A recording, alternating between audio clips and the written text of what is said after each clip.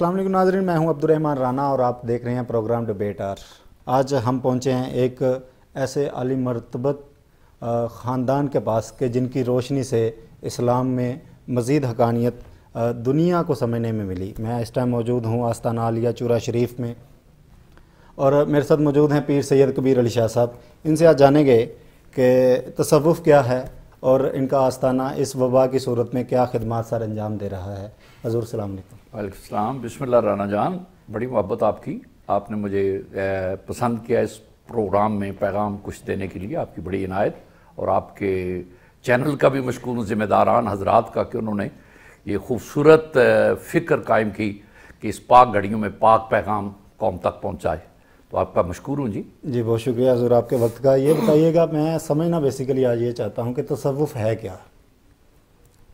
بسم اللہ الرحمن الرحیم۔ رانا جان، تصوف جو ہے یہ میرے کائنات کے تاجدار آقا نامدار مدیح تاجدار صلی اللہ علیہ وسلم کی ذات ذی وقار کا ارشاد گرامی الفقر فخری والفقر منی، فقر مجھ سے ہے اور میں فقر پہ ناز کرتا ہوں۔ اولیائی تحت قبائی لا یعرفہم غیری، اولیاء جو ہے، ولی جو ہے وہ میرا دوست ہے، صوفی جو ہے وہ میرا دوست ہے، متقی پرہیزگار وہ میرا دوست ہے، لیکن وہ لا یعرفہم غیری، اسے غیر نہیں پہچانتا، وہ میری قبا کے نیچے ہے۔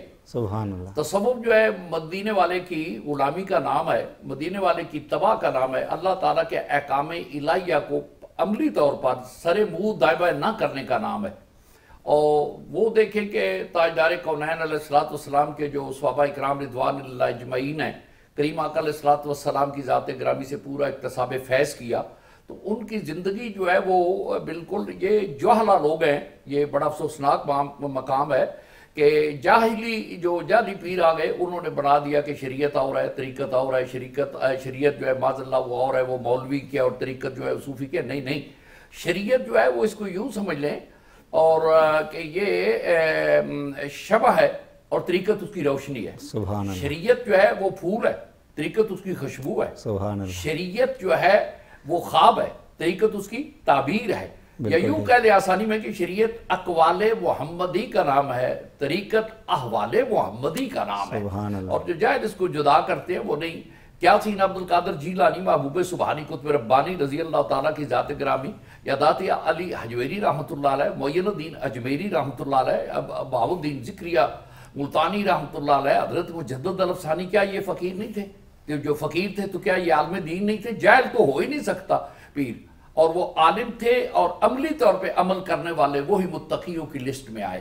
اس لیے تصوف جو ہے، ویسے تو یہ لفظ صوف سے مشتق ہے، لیکن صوف بھی پاکیزہ کپڑے کو کہا جاتا ہے، خوبصورت کپڑا تھا، اس لیے جو ہے یہ توحید الہی پہ کامل اور غلامی محبوب الہی پہ مکمل طور پر جو عمل پیراتا ہے وہ پھر جو ہے وہ صوفی ہوتا ہے۔ بالکل ٹھیک ہے جی۔ صوفی کی ڈیفینیشن آپ نے بڑی خوبصورت بنا دی کہ احکام الہی کو جو لازم کر لے اپنے اوپر۔ حضور یہ نبی پاک صلی اللہ علیہ وسلم کے دور میں بھی تھا تصوف کا حصہ؟ لوگ کہتے ہیں کہ یہاں سے نکلا ہے۔ رانا جان ہے، نبی کریم علیہ السلام کی ذات جو ہے وہ تو لقد کان لکم فی رسول اللہ اسوۃ حسنہ، میرے محبوب علیہ السلام کی کامل اتباع ہی میرے قرب کا ذریعہ ہے۔ اور میرا محبوب کا کمال محبت یہ ہے کہ باقی انبیاء انہیں کتابیں مل گئی، بنی بنائی ہوئی، ترتیب دی ہوئی، لیکن والی کائنات جب تشریف فرما ہوئے تو انہیں کتاب بنی بنائی نہیں ملی، بلکہ فرمایا محبوب کریم کی ذات اقدس میں یہ میری محبت کا جملہ ہے کہ کریم نے عرض کی کہ رب کعبہ مجھے بنی بنائی کتاب نہیں چاہیے، جیسے جیسے واقعات وقوع پذیر ہوتے جائیں گے اس کے مطابق مجھے قرآن کریم چاہیے۔ یوں کہہ لیں کہ آگے آگے میں نبی ہوتے تھے، پیچھے پیچھے جبریل امین ہوتے تھے، غار میں گئے، غار کے واقع بن گئے، میرے محبوب نے تیل لگایا وہ تین بن گیا، زلف بکھری تو وہ لیل بن گئی، چہرہ مسکراہٹ آئی تو وہ دہا بن گیا، سینے پہ حسن آیا جناب علامہ شرا کا سینہ بن گیا، ہاتھ میرے خالق کائنات نے ید اللہ کہہ دیا، رنگ کو صفت اللہ کہہ دیا، چہرے کو فسمہ وجہ اللہ کہہ دیا۔ تو یہ میرے کملی والے کی پریکٹیکل لائف جو ہے اسی وقت تھی، اور اسے پریکٹیکل زندگی جو ہے ظہور کی، کیونکہ نبی کریم کے بعد صحابہ نہیں ہو سکتے رضوان اللہ اجمعین۔ نبی تو نبی رہ گئے، آج کل لعنتی نبی بڑا شور مچا رہے ہیں، لیکن نبی تو نبی رہ گئے، میرے نبی کے تو قدموں کی دھول صحابہ نہیں بن سکتے۔ بے شک صحابہ بھی وہی ہے جس نے نبی کائنات علیہ السلام کی ذات گرامی کو ایمان کی آنکھ سے یکسوئی کے ساتھ مان لیا۔ تو یہ فقر محمد عربی کی غلامی کا ہی نام ہے، اور کیا ہے جناب؟ طریقت کیا ہے پیر صاحب؟ یہ تو ہو گیا تصوف، طریقت کیا ہے؟ طریقت جو ہے یہ دوسرے لفظ میں کہہ لیں یہ تو یہ ہے یا ایھا الذین آمنوا اتقوا اللہ وابتغوا الیہ الوسیلۃ وجاہدوا فی سبیلہ لعلکم تفلحون. حضرت علامہ شاہ ولی اللہ مدثر دہلوی رحمۃ اللہ علیہ قول الجمیل کتاب کا نام ہے، اس میں انہوں نے دو ٹوک فرما دیا کہ یہ جو ہے آقا کریم علیہ السلام کے قدموں تک جو چینلائز ہونا ہے، میری نسبت طریقت جو ہے اپنے شیخ کی اپنے کے ساتھ، تو یہ بیٹھ کے آدمی چینلائز ہو جاتا ہے حضور کی ذات اقدس سے. تو کرے وابتغوا الیہ الوسیلۃ وجاہدوا فی سبیلہ لعلکم تفلحون. جب مومنوں سے انتخاب ہے تو مخاطب رب کریم، تو مومن وہ نہیں جو نماز نہ پڑھے، مومن متقی تقوی کی انتہائی خوبصورت منصب ہے. وہاں بھی پہنچ کے تو آپ فرماتے کہ میرے خالق کا حکم ہے کہ وابتغوا الیہ الوسیلۃ وجاہدوا. تو کئی لوگ اس کا ترجمہ کرتے ہیں کہ نہیں، یہاں سے مراد نسبت کامل نہیں، بیعت کامل نہیں، طریقت کامل موجود نہیں، بلکہ یہاں مقصود ہے اعمال صالح. لیکن صوفیہ اعظم اور خاص کر کے حکیم الامت مفتی احمد یار خان ایک بزرگ ہوئے بہت پڑھے، تو انہوں نے فرمایا کہ اگر یہاں اعمال مقصود ہوتے تو اللہ تعالیٰ پھر وسیلہ سیگا واحد ہے، وہاں پھر وسائلہ فرماتے.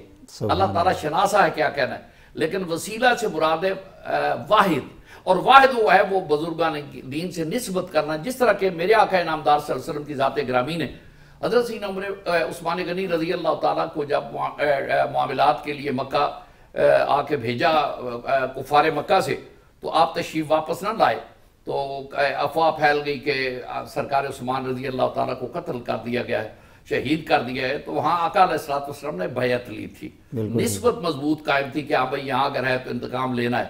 اللہ کریم نے پھر ارشاد فرمایا اے پیارے محبوب علیہ السلام، جو تیرے ہاتھ پہ نسبت کر رہے ہیں، عہد کر رہے ہیں، جی ید اللہ فوق ایدیہم، اللہ اکبر، ان کے ہاتھ تیرے ہاتھ میں نہیں میرے ہاتھ میں. تو یہ بیعت کے ہوتے ہیں، ہم یہ طریقت اختیار کر رہے ہیں. تصور یہ ہوتا ہے اپنے آقا علیہ السلام، جس طرح میری نسبت ہے، ہمارے آبا کی سران شریف ہے، ان کے آگے جنرل طور پہ کہہ رہے بہاؤالدین نقشبند بخاری ہیں، ان کے آگے حضرت بایزید بستامی ہیں، آگے ان سے جناب بندہ امام جعفر صادق، امام باقر صادق، امام سلمان فارس، ابو بکر صدیق، رسول رحمت صلی اللہ علیہ وسلم. تو یہ صرف نسبت ہے، اس عہد کا نام کہ ہم ہاتھوں میں ہاتھ دے کے چینلائز ہو جاتے ہیں، اور تمام مکروہات ممنوعات شرک و بدعت سے تائب رہیں گے اور مدینے والی کی غلامی میں رہیں گے.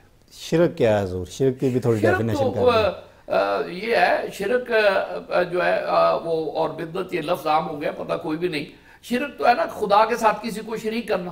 تو جب میں داتا صاحب جاتا ہوں تو میں کہتا ہے اللہ اپنے نیک بندے کا صدقہ، تو شرک کی تو ٹانگ ٹوٹ گئی. بالکل ٹھیک ہے. تو ہم آپ داتا صاحب چلے چلے کوئی جاہل بھی نکلے گا تو پوچھے یہ خدا ہے، وہ کہیں گے نا نا نا نا یار یہ خدا نہیں، یہ مقبول خدا ہے، یہ بندہ بارگاہ خدا ہے.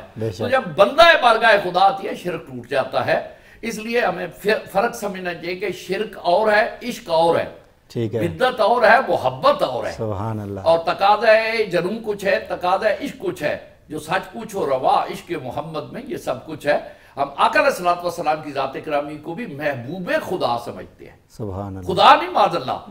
یہ کون پاگل ہے کہ ایس پی کو کہہ جی انسپیکٹر صاحب کیا حال ہے، وہ توہین سمجھے گا، اور انسپیکٹر کو آ جائے ایس پی صاحب کیا حال ہے، وہ بھی کہے گا میری توہین. اس لیے ہمیں اللہ کریم نے شعور عطا کر رکھا ہے خدا خدا ہے، وہ اپنی خدائی میں بے مثل ہے، اور اس کی خدائی میں اسی طرح اس کی بنائی ہوئی مخلوق میں محمد عربی بے مثل ہے. سبحان اور ہم ان کے غلام ہیں. بے شک ٹھیک ہے حضور. یہ جو آج کل بڑی ایک بحث بھی چل پڑی ہے، جی جی، لوگ کہا بھی کرتے ہیں کہ یہ پیری مریدی، پیریت طریقہ تو آپ نے بتا دی، اب مرید کے کیا اوصاف ہونے چاہیے، مریدی کیا ہے؟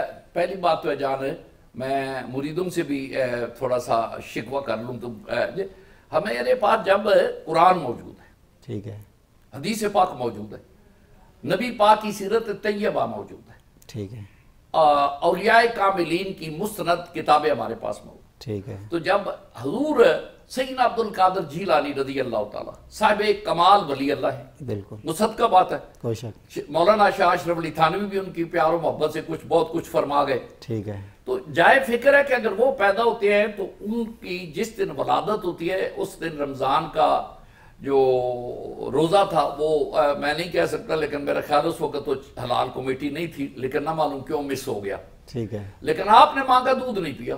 سبحان اللہ. اچھا بڑے ہو کے آپ نے فرمایا ماں سے روزہ مس ہوا تھا، میں روزے سے پیدا ہوں.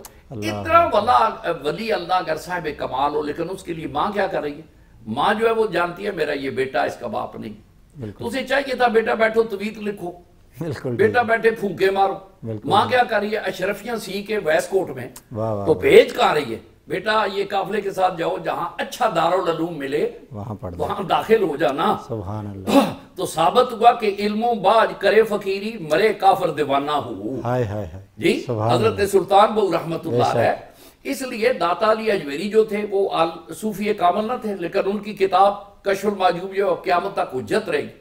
حضور غوث الورا کی کتاب جو ہے انیت طالبین وہ حجت رہے گی. میرے امام ربانی مجدد الثانی کے مکتوبات جو ہیں وہ تمام مسائل فقہی کا بھی حل ہے. بالکل ہمیں بھی اللہ تعالیٰ آنکھ دے مرید بننے کے لیے کہ شیخ صاحب کی داڑھی غائب, اگر نماز ہے تو وہ نماز کا معاملہ ہی نہیں. کیا آج کا جو صوفی ہے وہ سیدنا امام حسین رضی اللہ تعالیٰ سے اس کی ماں افضل ہے معاذ اللہ, اس کا باپ افضل ہے, امام المرسلین کی گود میں کھیلنے والا, خدا کے احکام الہیہ کے عظمت کے مطابق اور اس کے ڈیفنس کے مطابق کربلا میں کنبہ لے آئے اور ذات الہ کے پیغام پا کے لیے, شریعت مطہرہ کے لیے, توحید کے دفاع کے لیے, رسالت کی عظمت و بقا کے لیے میدان عمل وہ. لیکن آنا جان یہ جائے حیرت نہیں کہ انہوں نے نماز نہیں قضا کی. سبحان اللہ. کیا وہ معاذ اللہ کیا کوئی نفس کا کام تھا؟ کوئی کام وہ کوئی ذاتی مفاد کے لیے. تو اگر کربلا کے میدان میں مسلمانوں کے لیے سب سے بڑی حجت ہے مرید بننے والوں کے لیے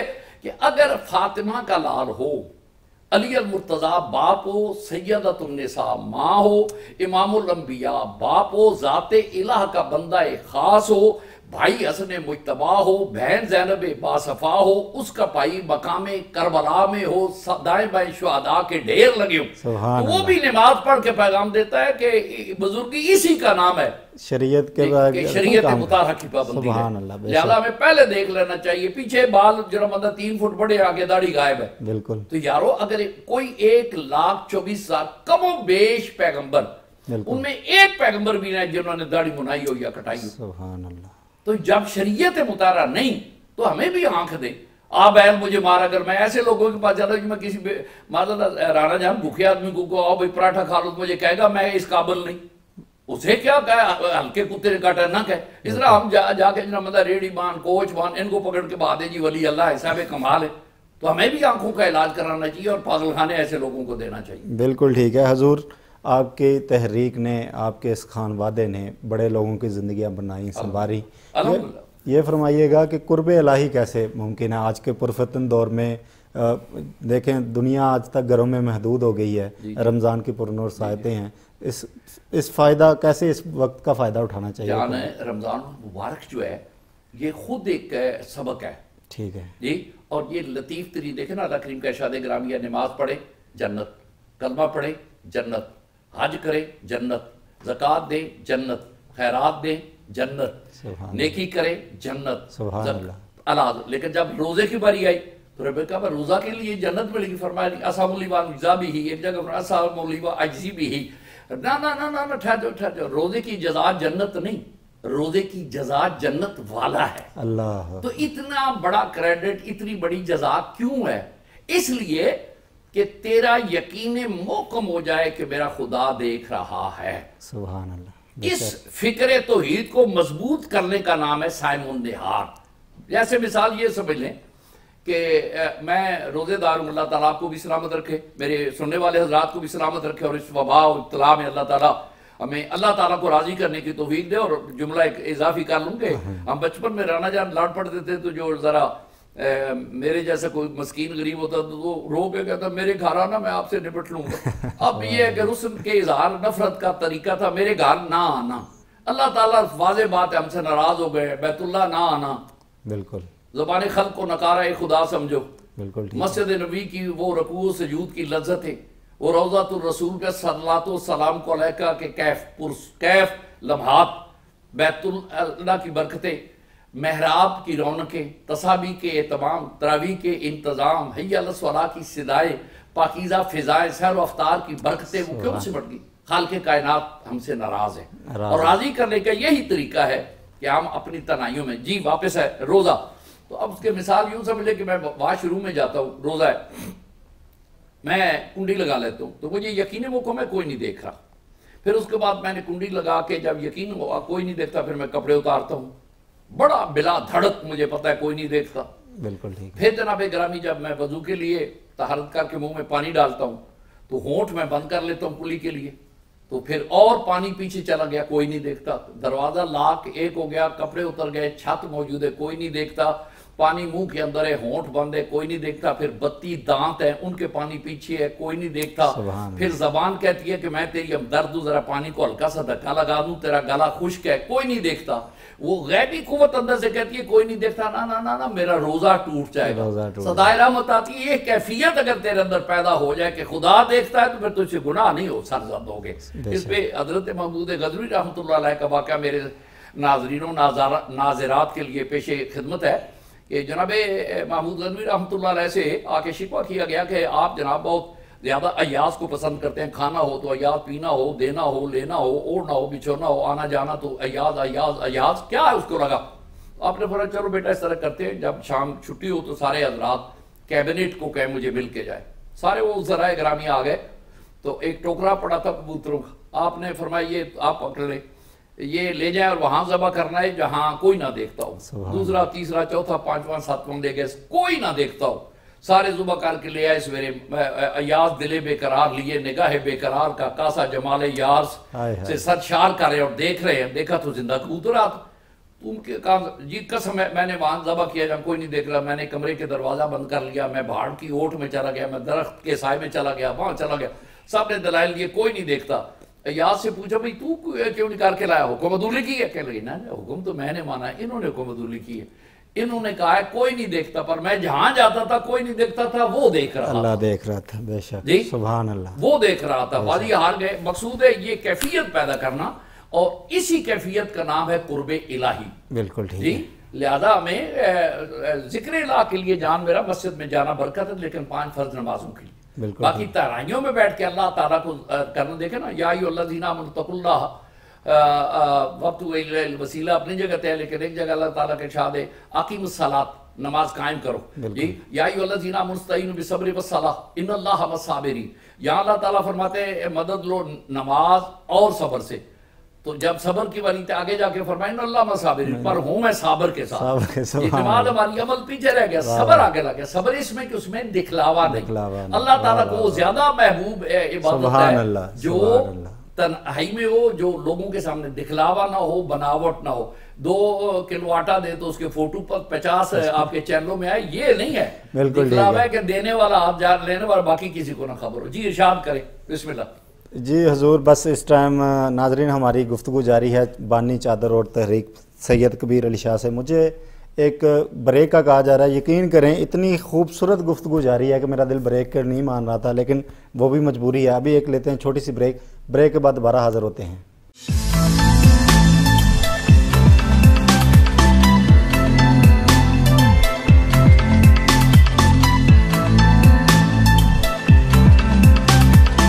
ویلکم بیک ناظرین. بات ہو رہی ہے پیر سید کبیر علی شاہ صاحب سے. بڑی خوبصورت باتیں, روحانی باتیں ان سے سن رہے ہیں.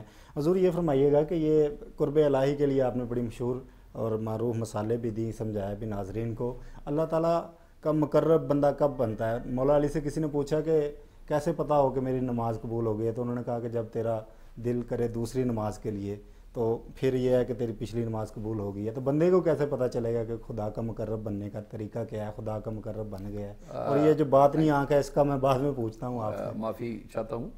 یہ دھوپ چڑھے تو مجھے بطور انسان اللہ تعالیٰ کا ایک اشرف المخلوقات ہو نکلا تو مجھے پتہ چلتا ہے سورج چڑھ گیا. بالکل ٹھیک ہے. جی گرمی آئے تو مجھے پتہ چل جاتا ہے کہ گرمی. بالکل ٹھیک ہے. سردی آئے تو رانا جان مجھے پتہ چل جاتا ہے. تو اللہ تعالیٰ کے قرب کے لیے سمجھنے کی کوئی ضرورت نہیں. میرے اعمال مجھے بتا رہے ہیں. یقین کریں میں نے جوئے باز کو دیکھا, بے شمار بار ممالک میں بھی جوا کھیلتا ہے, لیکن اسے واللہ پتا ہے کہ میں غلط کام کر رہا ہوں. میں نے شرابی سے سنا ہے کہ میرے بچوں کے لیے دعا کریں, ہم تو بدکار دنیا میں پھنس گئے, یہ بری دنیا میں نہ آئے. تو مجھے جب بیٹی کی شادی کرنی ہوتی ہے تو مجھے پتا ہوتا ہے کہ کان ٹوٹا کوئی نہیں بلانا, مجھے پتا ہوتا ہے.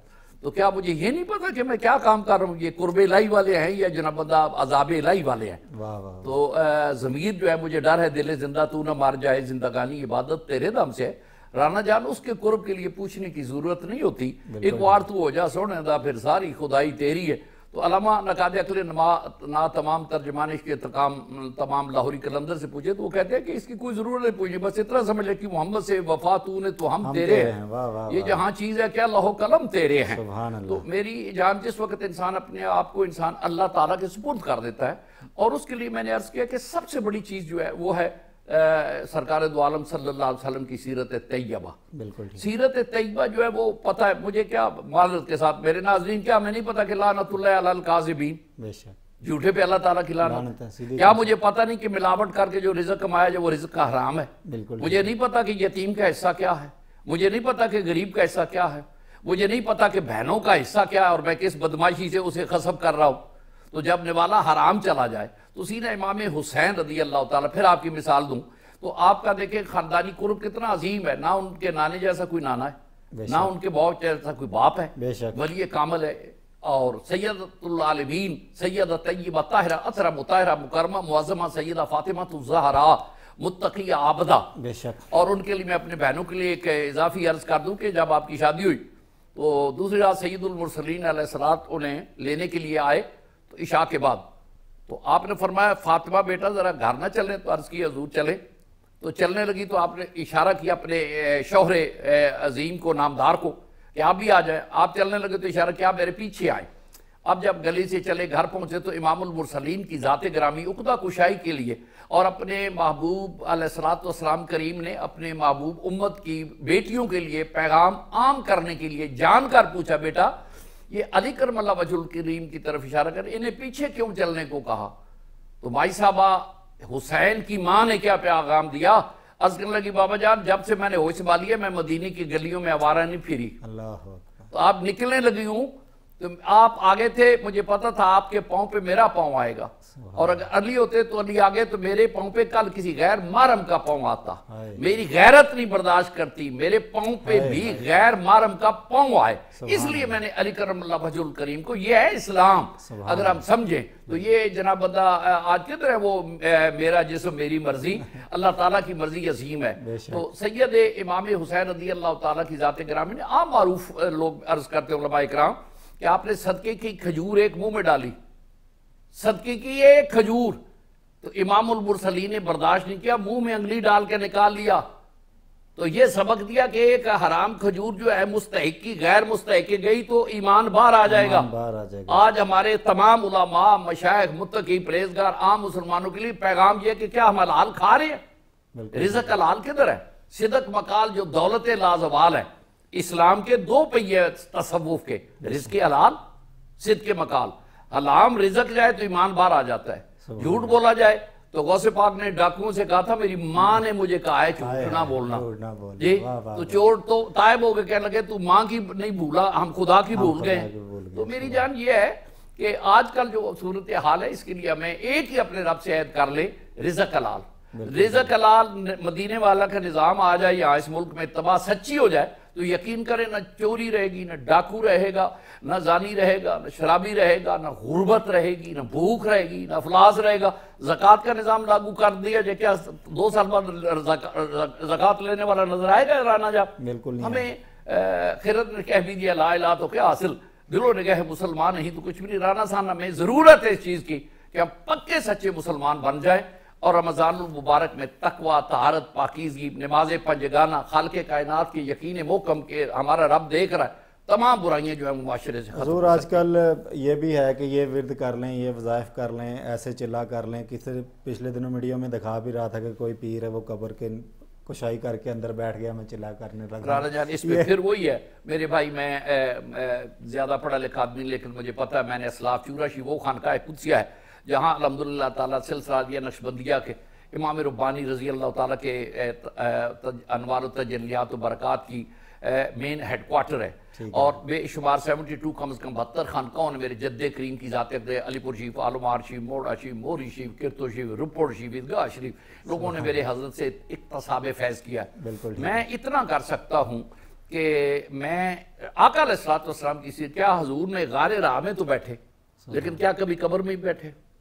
آقا علیہ السلام کی ذات گرامی تشریف لے گئے ایک مسجد میں تو رسی لٹک رہی ہے، پوچھا تو صحابہ کریم نے عرض کی حضور یہاں ایک ماجی ہے، وہ آ جاتے ہیں رات کو جب مرد نماز عشاء پڑھ کے چلے جائے تو اپنے بالوں کو رسی باندھ لیتے ہیں کہ نیند آئے تو جھٹکا لگے، تو آپ نے رسی اتار کے آگ لگا دی، فرمایا جسم کو اذیت نہ دے، جتنی طبیعت پسند کرے اتنی عبادت کرے، لہذا چلے چلے اس دور میں کوئی نہیں ضرورت، چلا ایک ہی ہے کہ آقا علیہ السلام کو وہ خشوع و خضوع کے حاضر و ناظر مان لے اور سچے دل سے مدینے والے کی نوکری کر لے۔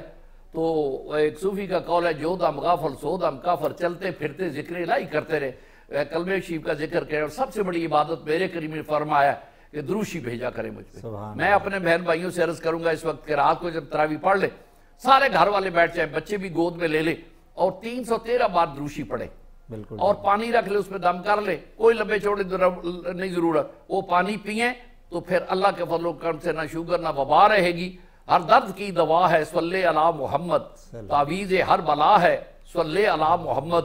ایک درویش نے کیا تھا کہ آقا علیہ السلام کے نام رحمت جو ہے محمد، اس میں اتنی برکتیں ہیں کہ یہ نام کوئی کام بگڑنے نہیں دیتا، بگڑے ہوئے بھی بنا دیتا ہے، یہ نام محمد۔ اپنے گھروں میں بیٹھ کے ذکر الہی کریں، اور اس کے لیے وبا کے لیے جو ہے وہ بزرگان دین نے پسند کیا ہے کہ علم تر کیف فعل ربک بأصحاب الفیل جو ہے، یہ سورہ مقدسہ اگر پڑھی جائے تو اسے اللہ تعالیٰ کے محبوب کریم اور مقبولان بارگاہ نے ارشاد فرمایا کہ اس میں کیونکہ اللہ تعالیٰ کا اظہار محبت ہے کہ اللہ تعالیٰ جو ہے وہ فیل جو ہے وہ ابابیلوں سے مرواتے ہیں، تو اللہ تعالیٰ کی جو عطا ہے وہ وباؤں سے محفوظ رکھتی ہے۔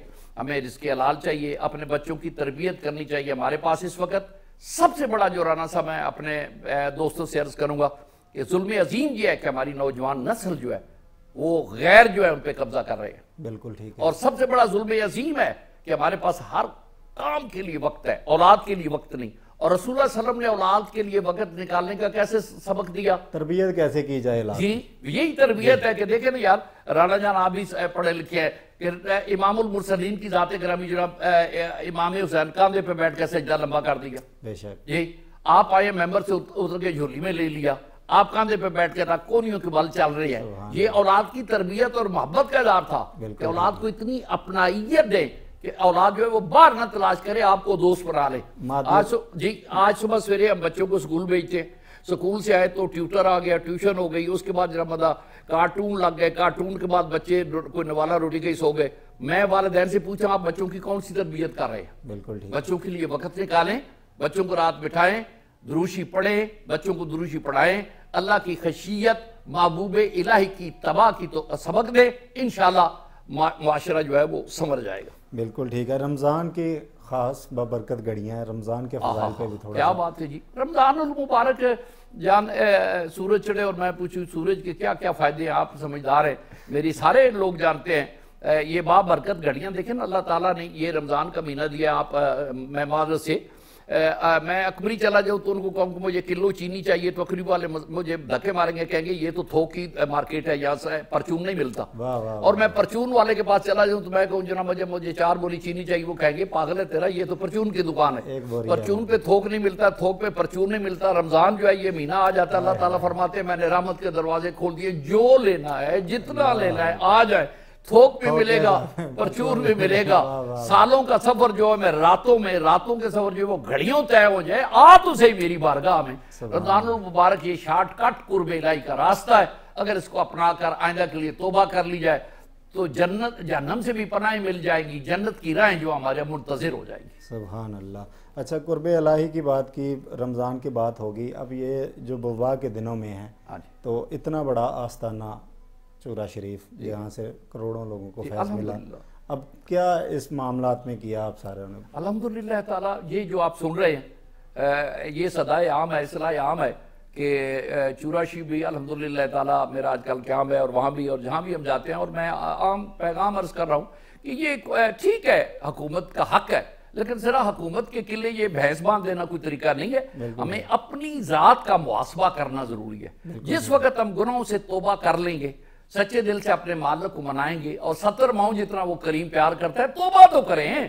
میں ایک آپ ناراض نہ ہونا دوستو بھائی ناظرین، میں ایک پچھلے رمضان کی بات ہے، میرے پاس ایک دوست آ گئے، مجھے کہنے لگے جی وہ فلاں دوست ہیں جو آپ کے جاننے مانے والے، تو انہوں نے میری والدہ نے ان کی والدہ سے زمین خریدی تو پیمنٹ کی ہوئی ہے، لیکن ان کی والدہ فوت ہو گئی، آپ دے نہیں رہے، میں نے ان کو بلا لیا اسی حال میں بیٹھ کے، تو آ گئے تو جناب مطلب میں نے انہیں بڑا پیار کیا، میں نے کہا یار آپ کی والدہ نے ساتھ کے لیے یعنی 54 کنال کے پیسے لیے دے دے.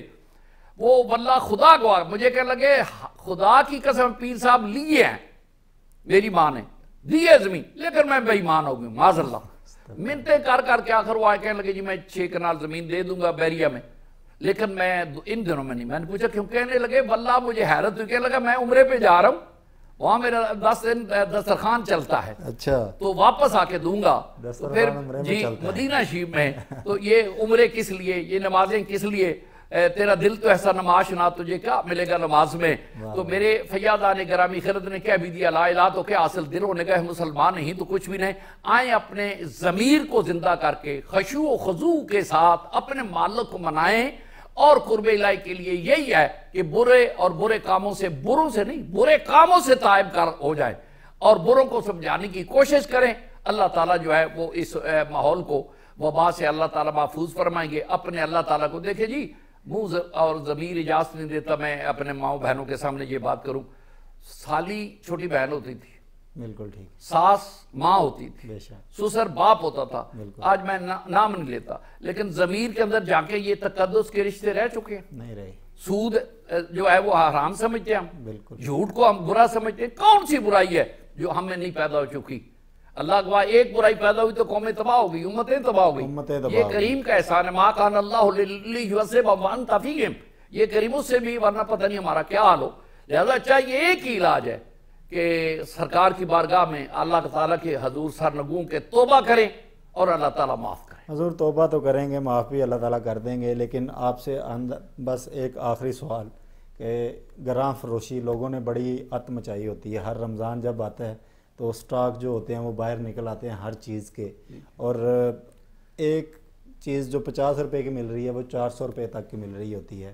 آپ سننے والوں کو، ان لوگوں کو کیا کہیں گے؟ میرے رانا جان، آپ جان کے مجھے ارشاد فرماتے ہیں، آپ کو پتہ ہے ہمارا اسلام جو ہے وہ کھلی کتاب کی طرح ہے. بالکل. جب مدینہ طیبہ میں قحط آیا، پریشانی حالی ہوئی، تو حضرت سیدنا عثمان غنی اپنے وقت کے چیمبر آف کامرس کے بلا مقابلہ کئی بار چیئرمین والے اور دنیا کائنات کی سخاوت کا تاجدار، اور حضرت عثمان رضی اللہ تعالیٰ وہ جو انہوں نے جا کے تو یہودی سے کہا تھا کہ مجھے مسجد نبی کے ساتھ وہ زمین کا ٹکڑا ملانا ہے، تو انہوں نے کہا میں جو مرضی لوں گا. آپ نے فرمایا تو جو مرضی ہے مانگ، میں وہی دوں گا اور زیادہ دوں گا. وہ عثمان غنی رضی اللہ تعالیٰ اصحاب رسول ہے، اور ان کا ایک عمل جو ہے وہ ہمارے لیے سبق ہے کہ قحط پڑا تو آپ کے اونٹ آ رہے تھے بزنس کے گندم لے کے، تو وہاں کے لوگ جو ہے وہ بزنس مین چھوٹے چھوٹے آنے لگے، مجھ سے 1% نفع لے لیں، 2 لے لیں، 3 لے لیں. تو آپ کہے نہیں نہیں نہیں نہیں. رات جب آپ کے سامان پہنچا تو آپ نے رات ایک گھر کو دروازہ کٹرا، آ کے جتنے چاہیے لے جاؤ، دوسرے کو چاہے. صبح سویر تک وہ 300 کم و بیچ وہ تقسیم ہو گئے. وہ بزنس مین آئے تو انہوں نے پوچھا بھئی وہ عثمان آپ کے مال آ رہا تھا گندم وغیرہ تو آ گئی؟ آپ نے آ نہیں گئی، وہ بک بھی گئی ہے. انہوں نے پوچھا کتنے % پہ؟ کہنے لگے 80 پہ میں نے بیچی ہے. تو وہ حیران ہوئے کہ 80 پہ کس طرح؟ تو فرمانے لگے جس کو میں نے دیے وہ دینے والا ہے، اور اس نے فرمایا کہ میں 10 دنیا اور 70 آخر دوں گا. تو یہ تھا قحط میں فراخ دلی کے ساتھ اسلام کا محبت بھرا پیغام. جو اس طرح سے رزق کماتے ہیں ان کے بچے بدکار نکل رہے ہیں، اولادیں بدکار ہیں، گھروں میں نفاق ہے، گھروں میں بیماری ہے، گھروں میں کینسر ہے، گھروں میں شوگر ہے، گھروں میں اضطراب ہے، رزق میں برکت نہیں. ہمارے آبا اجداد جو تھے وہ کچے مکان رہنا جانا آپ کے ہمارے آبا اجداد کے، لیکن جب پیڑ میں گندم تیار ہوتی تھی تو غریبوں یتیموں کو آوازیں دیتے تھے آگے لے جاؤ یار پھر ہم لے جائیں گے. ان کے دانے ختم نہیں ہوتے تھے. آج کما کما کے مر گئے. بستر گداز ہے لیکن نیند نہیں، لباس بہترین ہے لیکن حیا نہیں، بچہ پڑھا لکھا ہے لیکن وفا نہیں، بیوی سمجھدار ہے ہوش والی لیکن ایثار نہیں، مرد جو ہے پڑھا لکھا ہے لیکن مروت نہیں، ماں باپ سے پیار نہیں، انسانیت سسک رہی ہے. جناب پتہ کیا وجہ؟ ہمارے پاس جناب پتہ وہ پیدل چلنے والے مجاہد اور غازی، ان کے بدلے ہمارے پاس آج جناب پتہ مر کر اعلیٰ قسم کی گاڑیاں، لیکن سکون نہیں بستر پہ. اس لیے کہ ہمارے اندر جو ہے وہ رزق حرام ہے. جب تک اپنی اولاد میں آپ کے گھروں میں رزق حلال نہیں آئے گا، اور رزق حلال سے کچا مکان بنے تو اس میں جو مزہ آئے گا وہ نہیں۔ اس لیے میرے دوست یہ سمجھ لیں کہ یہ رزق جو ہے یہ کدھر جا رہا ہے، جا کے اسپتالوں میں دیکھے بندہ رانا جان پاگل ہو جاتا ہے، یہ حالت ظاہر ہے، اور بڑے بڑے لوگ جو ہے وہ ترس رہے ہیں، تڑپ رہے ہیں، بلک رہے ہیں، تو یہ رزق کدھر لگ رہا ہے؟ تو خدا کے لیے مرنے سے پہلی توبہ کر لیں، اور جو اس طرح گرام فوشی کا کرتے ہیں ان کے رزق میں واللہ قطعاً برکت نہیں جاتی، وہ اجڑ جاتی ہے۔ لہذا تقاضا یہ ہمارا بندہ ہونے سے کہ اپنے مالک کی ذات سے رجوع کر کے اس مدنی تاجدار کی غلامی کریں جن کا ہم کلمہ پڑھتے ہیں۔